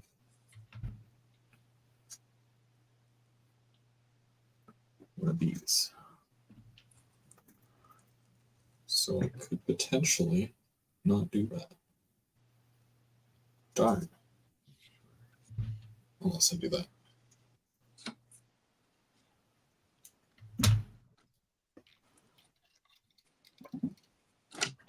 Oh, really?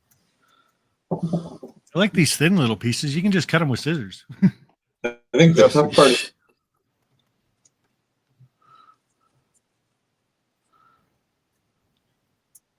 tough part is deciding where this all goes and how it's going to go. It Yeah, is. so long as your wife doesn't know that you used her scissors, Sparky, that's.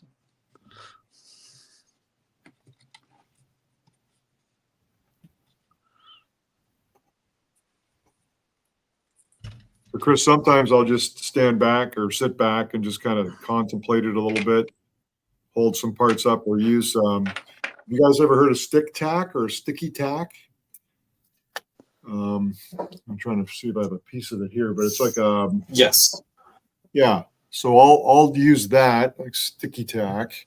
You kind of mold it in your hands. It's not quite a putty, but it's a reusable. I think it's kids use it in school or whatever, primary school. But anyway, I'll stick parts on the model temporarily just to see how it looks. So those vents, you could actually just tack them on like I did this vent that I showed you earlier. That's just held on there with stick tack right now, just for the sake of show.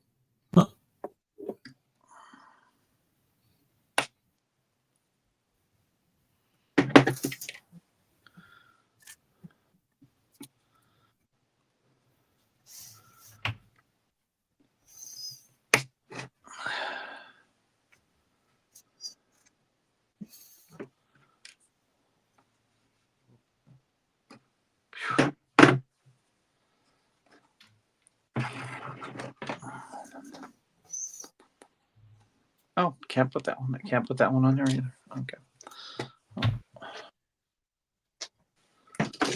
Actually, I probably could.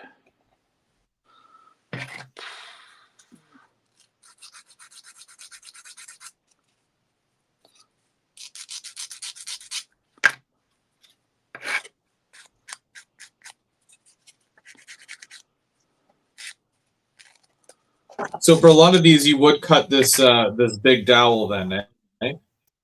Yeah, like you want to just hold it up to your model and see how tall it is, and it's really up to you.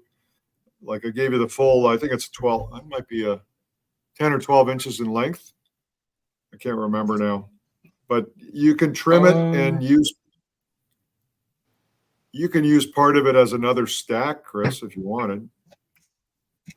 Yeah. So here's another example. So look at the roof on this building.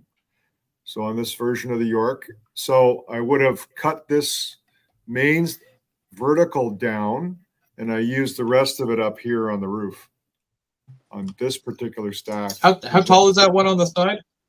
On the side? Yeah, that's exactly. 7 inches. It looks like looks as 7 inches or so. It's only 5. It's only 5 inches here on the model. So that's Really? that's a 5-inch. Yep, looks taller than it is, right? It's only 5 inches long So from the top of that fixture.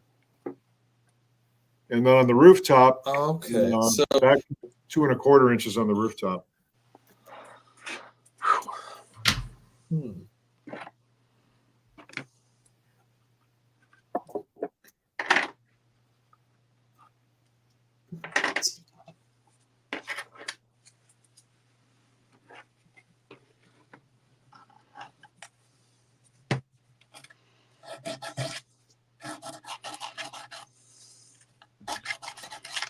So that I gotta cut.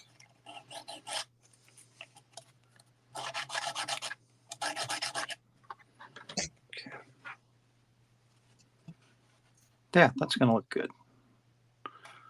3 rows.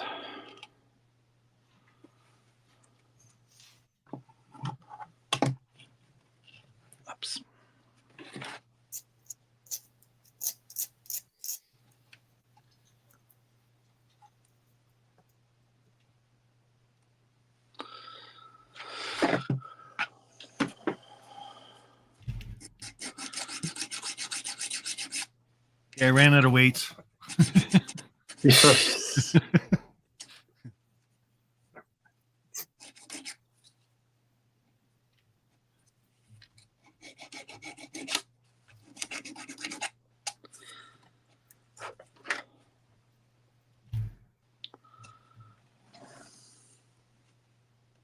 Oh, that's right. It's not one piece to put up.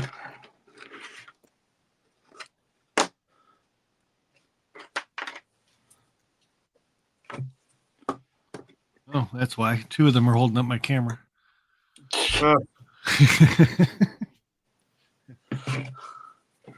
Uh, You don't need your camera, Sparky.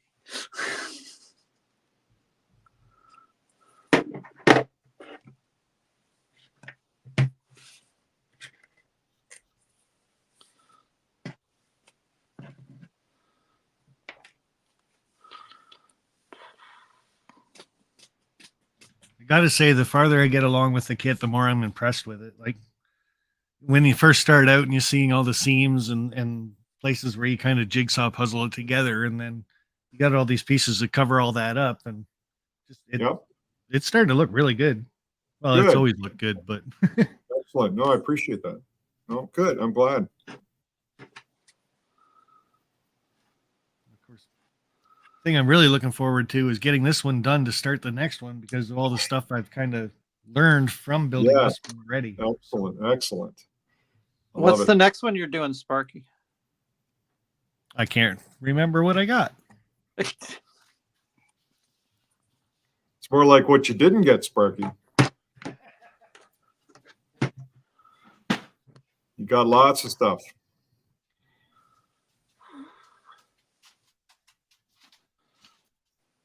Yeah, so the all state factory is one, which I think I've already got built on the layout. So I'll change that up a little bit. Yeah. And then the tri-state fabrication, that's the one I'm looking forward to. That'll be my last kit that I build. Yeah. It's a good kit. You're gonna like it. Is that the really big one, Sparky, or is that the?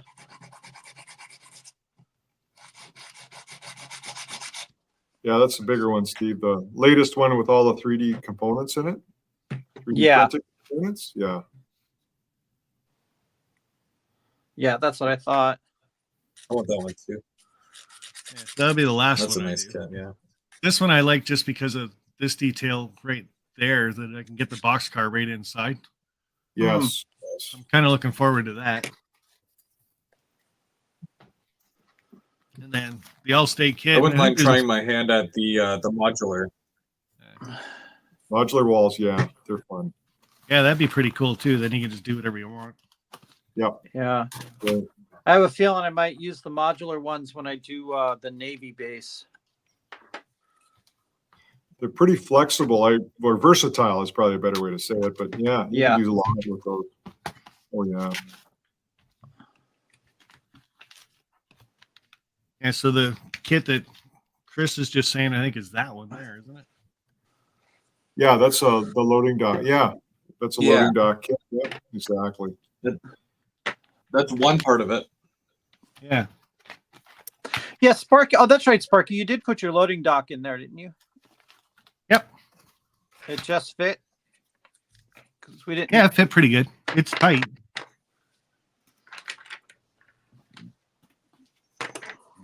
I know I've mentioned it before, but I always hear a lot of good things about your fire escapes. And Oh, I want yeah. an excuse to try to build the fire escape. So Okay. Yeah. with that one, I Right. could probably get away with it. Yes. With the, That's a cool detail. Really cool detail, actually. Yeah, I heard there's a lot of cuss words that come when you're building that one, though. What, the fire escape? Yeah. Nah. Cussing's free. You can do that one. Yep.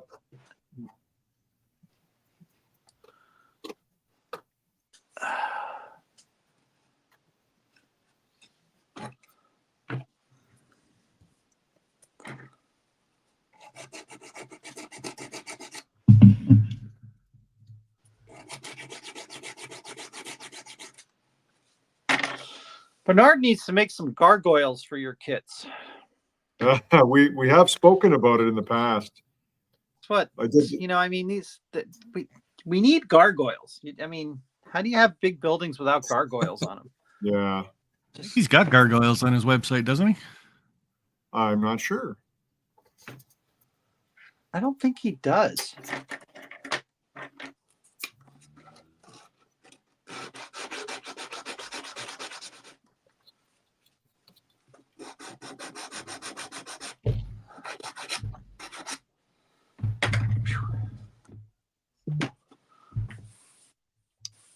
Um,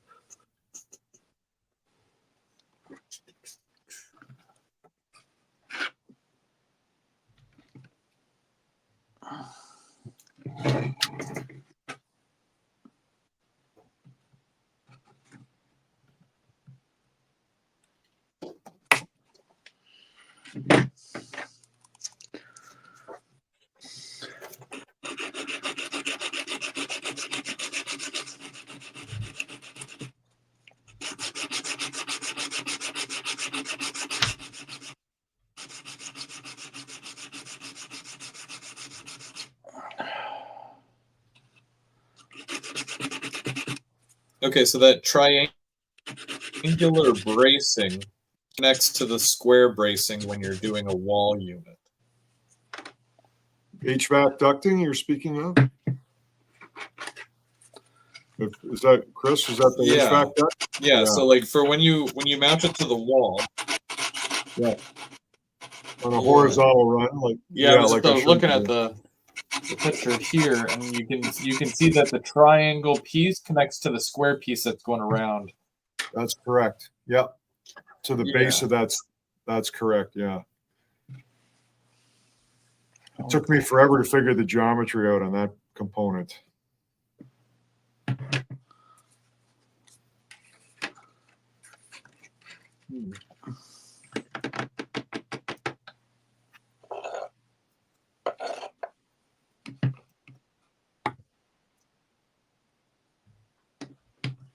No.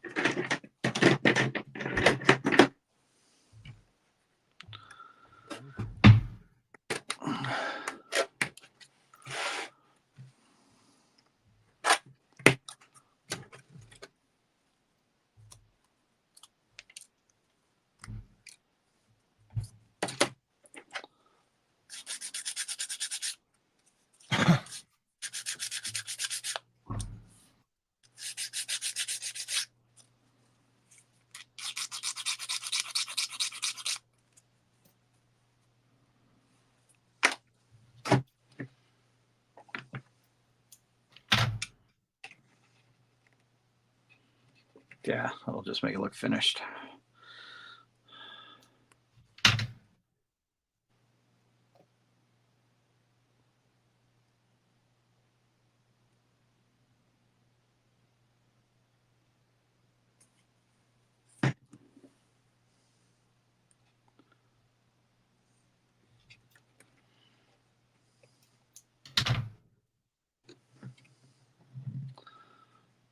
That.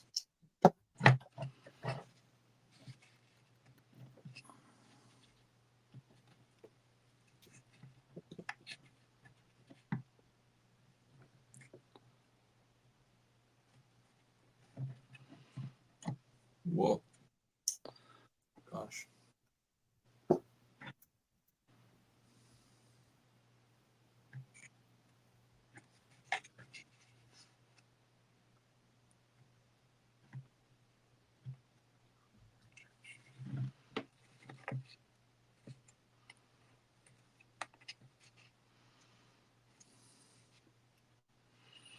Oh, okay. Thanks, Nelson, for checking that. He says Mini Prince does have gargoyles, but probably not to be able to be used on the buildings. Okay.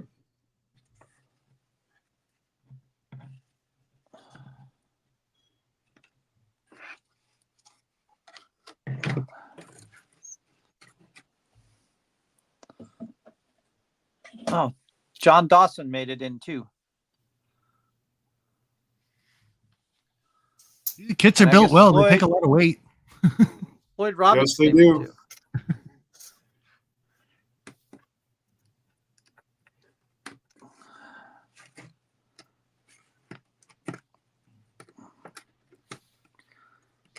Sparky, are you using the weight to hold it down, or are you just adding more weights to see how much it will hold? That's to hold those wall pieces down that hide the seams.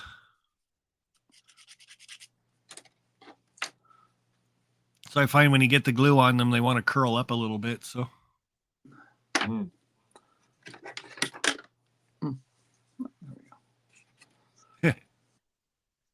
almost looks like Jenga, doesn't it? Yeah.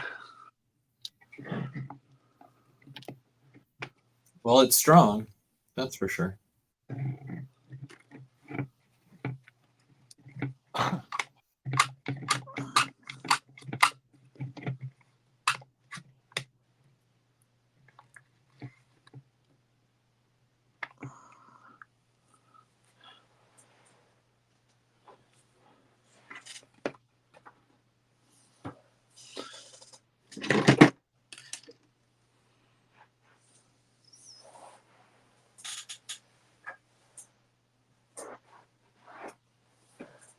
So Nick, if somebody was to get the dock detail kit, how far out from the building does it stick out? Which kit's that, Sparky? The Well, if you were interior? getting like for the dock door, you got a dock kit, right? Yep. Yep. How far out from the wall does that stick? Oh, the concrete dock that I've got? Yeah. That would be About that far? Yeah, No. about that far. I Yeah, can't okay, remember that's huge. if it's an So- inch. Almost an inch, Sparky. Yeah. Yeah, okay, I don't want that then. Well, you can cut it down. Well, I'm trying. The way I've got this one designed is a boxcar basically fits right beside that, Oh, and then okay. hides behind the building too, right? So Right.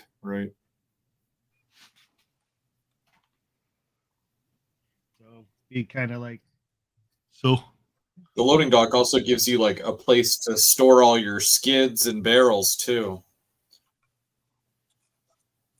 It allows you to add more detail. Yeah. So Sparky, all you really need is like a concrete ledge that sits off the wall in front of that dock door opening. Yeah, you that's all I'm you ever thinking seen- too. Yeah, you ever seen those on some buildings? They're Yep. just a kind of a mini dock. Yeah. Yeah, so I'll probably just again use a piece of this or something, Yeah. paint that gray, and Yeah, perfect. Makes sense.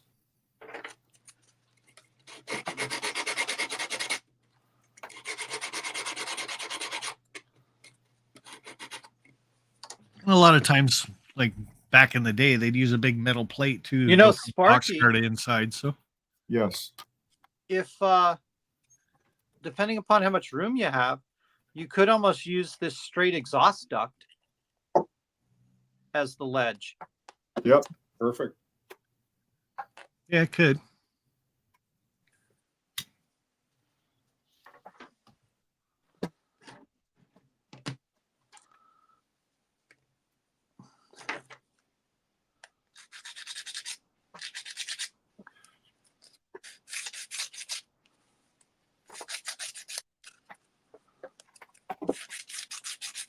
Now, Chris, we can't now we're tell just if gonna the go and camera's try frozen to or figure out if what you're all the just pieces holding that for a while.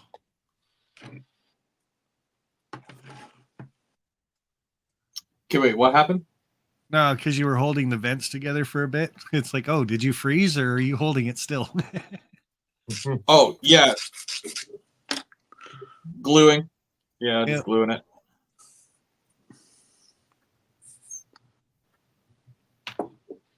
Speaking of which, that's gonna be dry by now.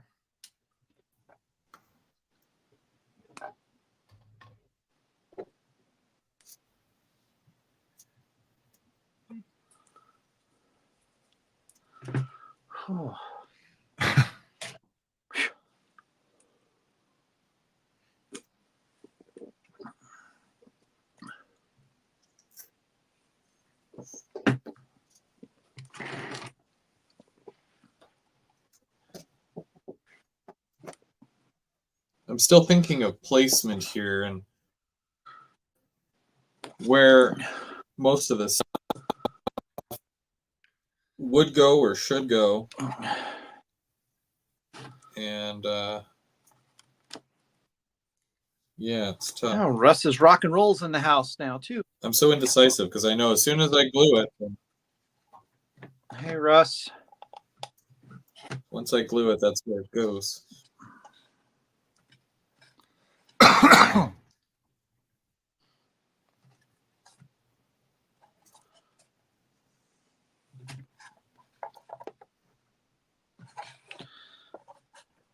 I guess one thing you could use is Google Earth. Kind of drop yourself down into an industrial area and see what some of the buildings look like. Mm-hmm. Good idea. Nick, do you say these are in the United States? Like this kit specifically is more of based off of an American prototype, or No, I would just say North American in general. North America? Oh, okay. Well, that's the intention anyway, just mostly North American type of urban type industrial structures.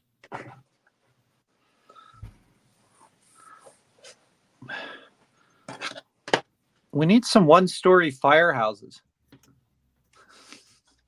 Huh? One-story firehouses. Yeah. Nobody really makes a good one-story firehouse.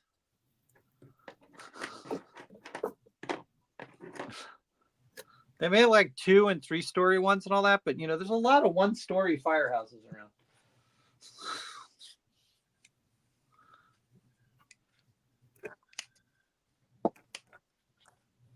I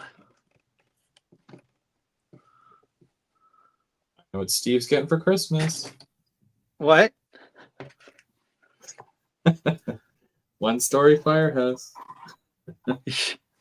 Well, so I don't know if I know a lot of people know I collect the vehicles and things like that. So a lot of things that I try to do are around vehicles. But this year, Iconic Replicas, for those of us who are older, is actually releasing Engine 51 and Squad 51 from Emergency in 1/87 scale. Gee, you're not dating yourself at all there. Hey, I used to watch the reruns too, so I got the whole series of chips in the house.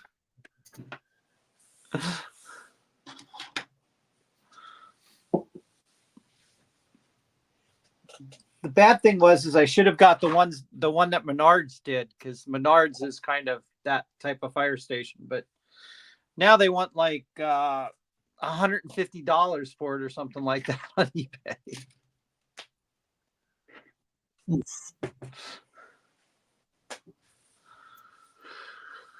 All right.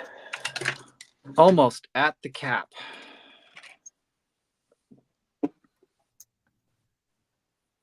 I'm pretty sure you can get the shirt Nick's got on did at any break of up the train this. shows we do. So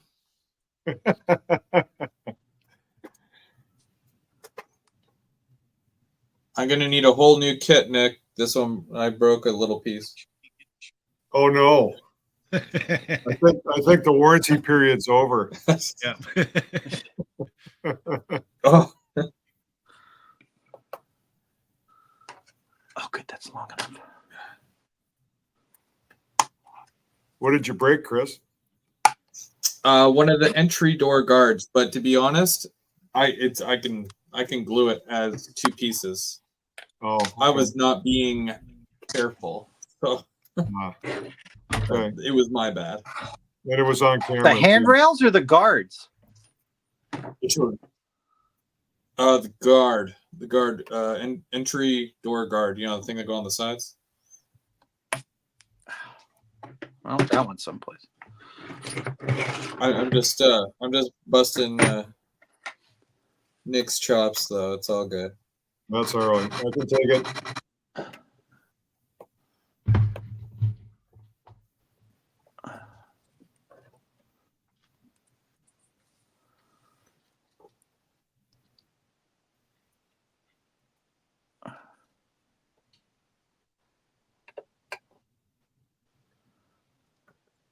Oh, you can't even tell. See? That's good. Perfect. Good job.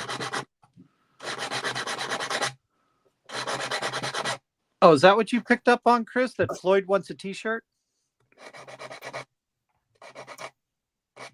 James is giving away your T-shirts, Nick. Yeah, great. Like Sparky said, your local train show might have a few of these. Yeah.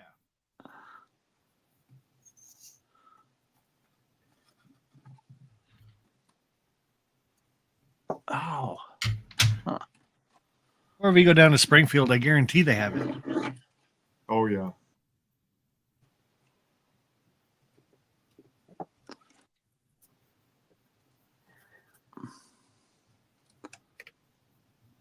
Oh.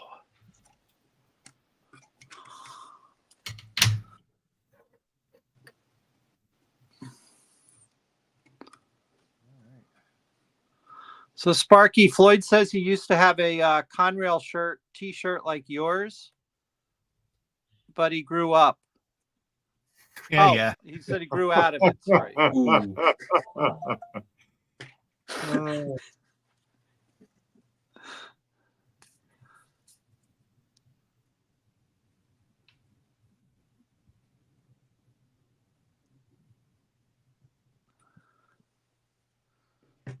on, Glue.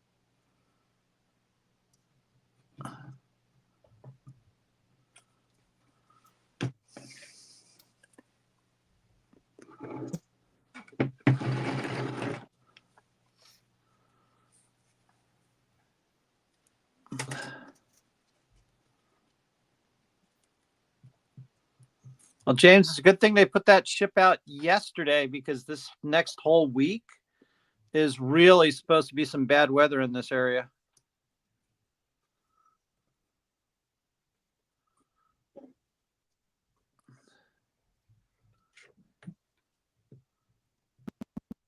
You can even see those or not. 'Cause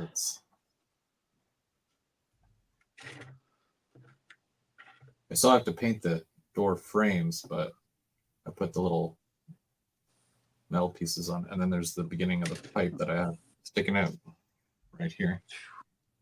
Hey, Sparky, do you have a 1, 2, 3 block I can borrow? Nope.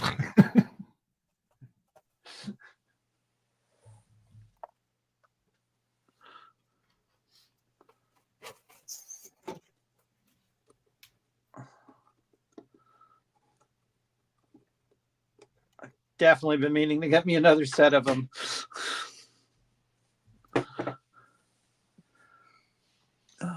That's what I don't like about Amazon and stuff like that is when you buy something and then you go back to buy another set, they know you've already bought one. So the price goes up. Yeah.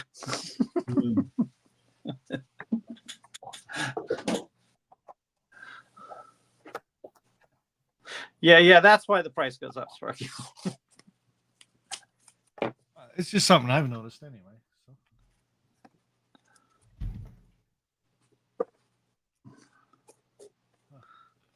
Yeah, I think I've seen that as well because I get my LED strip lighting from Amazon, and it was in my previously purchased, and I remember paying like 23, and last time I bought a roll, it was like 25 or 26.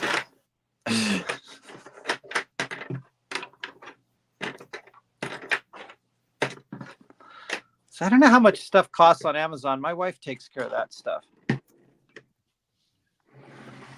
You just put it in the cart. She says buy. Well, she mostly buys the stuff, so.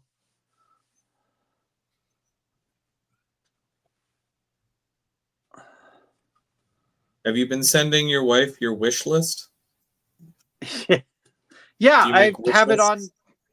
I actually have it on both of us have with lists, so we don't have to worry about anything.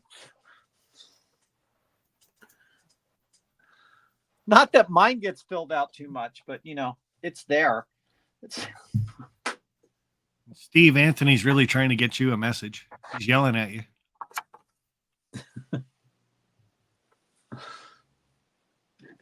Oh.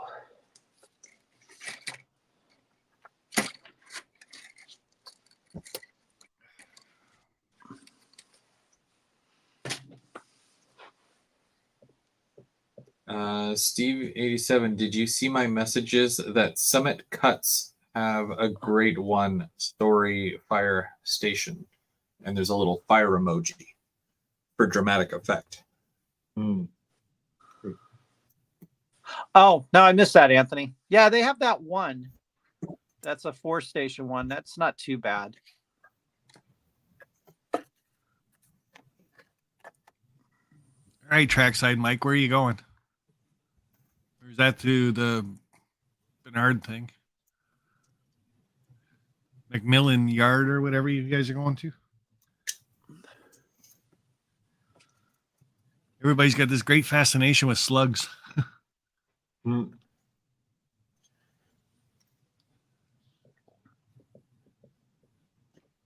Well, I was talking to George today because he goes to the Ottawa HO Track Club, and because they did such a great job the other day. I think that was Wednesday night, or Wednesday night, where they gave like the presentation with Rapido about the slug, and I think it was at that point because I didn't see it live. I watched the rerun or the replay the next day, and up until I seen that, I was planning on getting 2 zebra, and then I had watched the live, and it really convinced me to get the mother and slug set. So I've totally flipped the script on what I wanted to get at that point. OVR still has lots of them in stock, so That's true.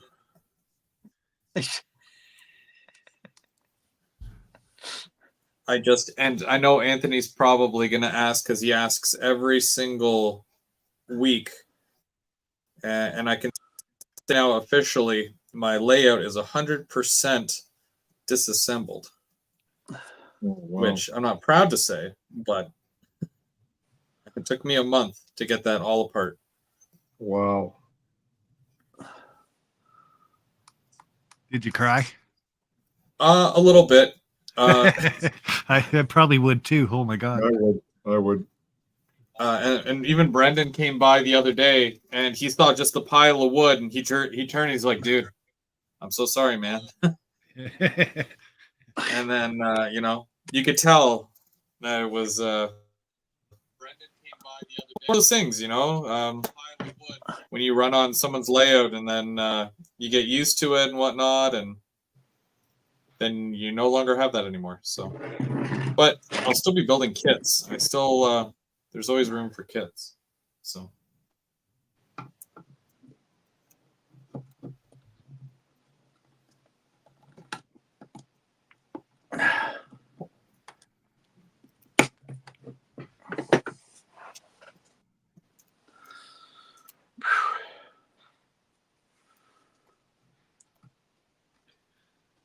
And no, I haven't seen the scale trains GP30 for Conrail yet.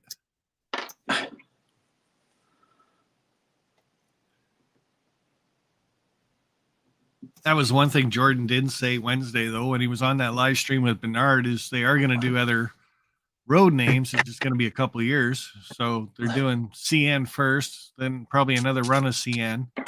And then he was talking Conrail and a couple others. And it's like, really? Because I bought this one with full intentions of hopefully finding somebody to paint it for me.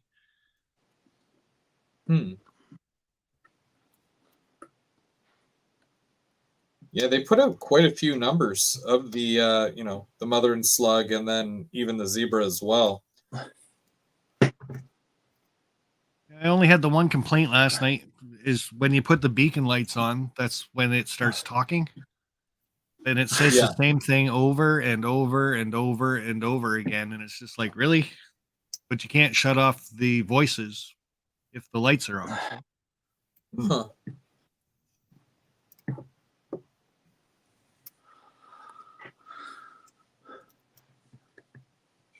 Yeah, there was the classification lights. You can only do the one classification light because they ran out of room on the board with all the beacons and whatnot. Yeah.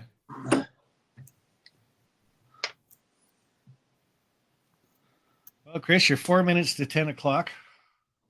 Am I? Oh, shoot. That's And not good time. pretty much as far as I'm going to get. I do have my stairs painted and ready to go. And then I got my handrails all done up and ready to go. But I think I'll wait until tomorrow to do those, let all this stuff dry up, harden, let the well bond Yeah, clear up. Leaving my handrails off for a little while. I don't want to knock them in the way. Well, I think that with the things that we got done today, and we've also cleared up a bunch of things as far as some of the detailed parts and how we use them and implement them into the overall build and how you build the pieces individually. So I think that's going to help to get to the next stage here, which eventually we're going to end up doing more weathering and whatnot after all the little pieces get added. So I just want to know what Nick's been working on for the last 2 hours. I've been painting little detail parts like the roof walkout. I got some chimneys, brick chimneys on the go, that kind of stuff, Sparky. Not a lot. I wish I'd have prepared more. I'd have probably been a little more productive next time.